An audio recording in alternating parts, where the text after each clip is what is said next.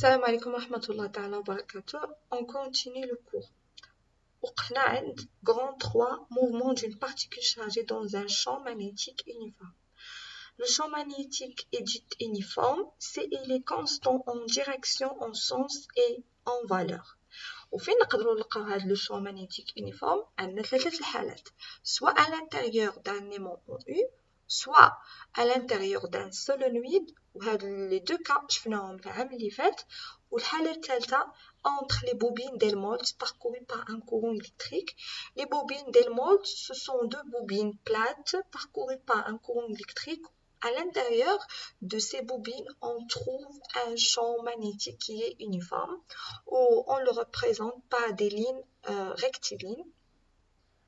Vous devez savoir que l'unité de l'intensité du champ magnétique est le Tesla, كنرمزو ليها ب T. ونقدروا نقيسوا هاد l'intensité à l'aide d'un appareil qui s'appelle le teslamètre. العام اللي فات شفنا la force de la place، وهاد العام غنشوفوا ان شاء الله la force de Lorentz. Donc c'est la différence بيناتهم. La force de la place, c'est la force exercée par un champ magnétique sur un conducteur parcouru par un courant électrique. Mais dans le cas de la force de Lorentz, c'est la force que subit une particule chargée dans un champ magnétique uniforme. Les caractéristiques de cette force, on commence par le point d'application, c'est la particule chargée. La direction de F, c'est-à-dire la force de Lorentz, est perpendiculaire au plan horizontal formé par les deux vecteurs QV et B. Dans ce cas, on a F, QV et B, ce sont trois vecteurs qui forment un trièdre, c'est-à-dire une base orthonormée directe formée par trois vecteurs. Le sens est donné par la règle de la main droite et l'intensité, c'est F est égal à QV vectoriel B. Donc دائما فاش كنشوفوا le produit vectoriel تنعرفوا بأنه هاد les trois vecteurs كيشكلوا لنا une base orthonormée et directe. Remarque, si B est sortant, on le représente par un cercle والداخل ديالها croix. Si le vecteur B est entrant, on le représente par le signe cercle à l'intérieur ديالها point. Donc la question ديال le cours اللي مهمة بزاف، comment montrer que le mouvement d'une particule chargée est dans un champ magnétique uniforme et plan, circulaire et uniforme. Donc voilà le schéma اللي كتبان لكم هنايا. Donc عندي deux zones, zone A et zone B. Donc غناخد comme exemple la particule. Je prends comme exemple l'atome Cu. L'atome Cu, donc غادي تدخل la zone A, غادي تولي Cu2+. داكشي باش كنسميو هاد la zone d'ionisation. يعني soit on attire des électrons, soit on ajoute des électrons. Donc في الحالة ديالنا on a attiré deux électrons من هاد l'atome Cu. On passe à la zone B par accélération de cet ion Cu2+. Donc la zone d'accélération غتخرج منها la particule chargée avec une vitesse v. Le schéma ديالنا كتوضح بأنه le mouvement est plan. Il se fait dans le plan formé par les deux vecteurs F et QV et la trajectoire est circulaire. ولكن هادشي خصنا نبينوه d'une manière théorique. Bien sûr, on doit appliquer la deuxième loi de Newton pour montrer que le mouvement est plan, circulaire et uniforme. Le système étudié, c'est la particule chargée. Le bilan des forces, c'est la force de Lorentz, F, qui est égale à QV vectoriel B. On a aussi le poids, mais on néglige le poids de la particule chargée devant la force de Lorentz. Le référentiel d'étude, c'est la base de Freinet formée par les deux vecteurs U et N. وخصنا نعقلو في le cours les lois de Newton فاش كنا دوينا على la base de Freinet شفنا بأنه les deux composantes d'accélération dans la base de Freinet A est égal à dv sur dt AN est égal à V au carré sur le rayon de la trajectoire.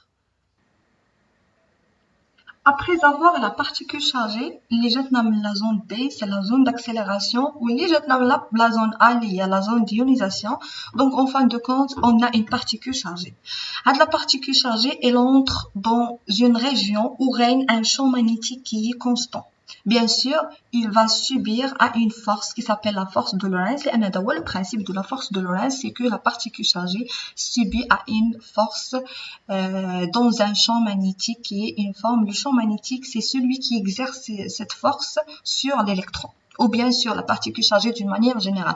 Donc, في الحالة اللي خدينا هنايا خدينا un électron.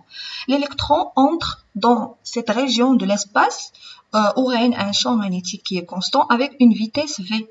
La vitesse v, elle est tangente à la trajectoire. Donc, dans chaque position, il y a deux positions. La position initiale, il y a l'électron de la région, ou la position, à la base de Freinet, il y a la base d'étude. Donc, l'objectif, c'est la détermination de la direction de la force magnétique, c'est-à-dire la direction de la force de Lorentz. Bien sûr, la détermination de la force de Lorentz consiste à travailler avec la règle de la main droite. Donc, غادي نخدموا بلا main droite. La main droite ديالنا غناخدوها بالنسبة للإبهام c'est la direction de F. أصابع الأربعة ديالنا la direction de V. وراحة اليد ديالنا أو الكف ديالنا c'est la direction de B. وحنا شفنا بأن جوج الحالات بالنسبة لا direction de B. soit B elle est entrant, soit B elle est sortant. في الحالة ديالنا هنايا B elle est sortant. يعني أنك كتشوف في الكف ديالك وبحال كتدفع يديك جهتك يعني كتجيب يديك عندك. أما في الحالة الأخرى أما إلا كان B entrant يعني غادي تقلب يديك وبحال كتدفع شي حاجة. هذاك هو B entrant كتدخل شي حاجة elle entre. دابا في الحالة اللي عندنا دابا B sortant. إذا غادي ناخدو la direction de V جهة اليمين. دونك هما الأصابع ديالي جهة اليمين ولكن كنشوف في الراحة ديال اليد ديالي كنشوف في الكف ديالي. دونك إلا كنت كنشوف في الكف ديالي والأصابع الأربعة ديالي جهة اليمين راه أوتوماتيكمون الإبهام ديالي غادي يشير نحو الأسفل. إذا هذيك هي لا ديريكسيون دو لا فورس ماغنيتيك وهذه هي القاعدة باش نقدر نلقى دائما لا ديريكسيون دو F. دونك بعد ما حددنا لا ديريكسيون دو F غادي نمشيو نديرو لها لا بروجيكسيون suivant deux vecteurs N et U. Ce sont les vecteurs qui constituent la base de Freinet d'origine M. C'est la particule chargée. Donc دائما F est perpendiculaire à V. دائما V elle est tangente à la trajectoire. إذا رسمناها غادي تقريبا نحتفظوا بنفس الموديل باش تبان بأن V constante و F حتى هي elle est constante. راه تقريبا رسمتها بنفس المقياس. Passons maintenant à la projection de la loi de Newton suivant les deux vecteurs U et N.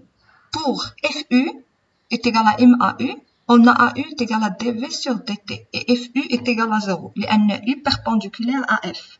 Et pour FN, FN est égal à F لأن F a la même direction que N.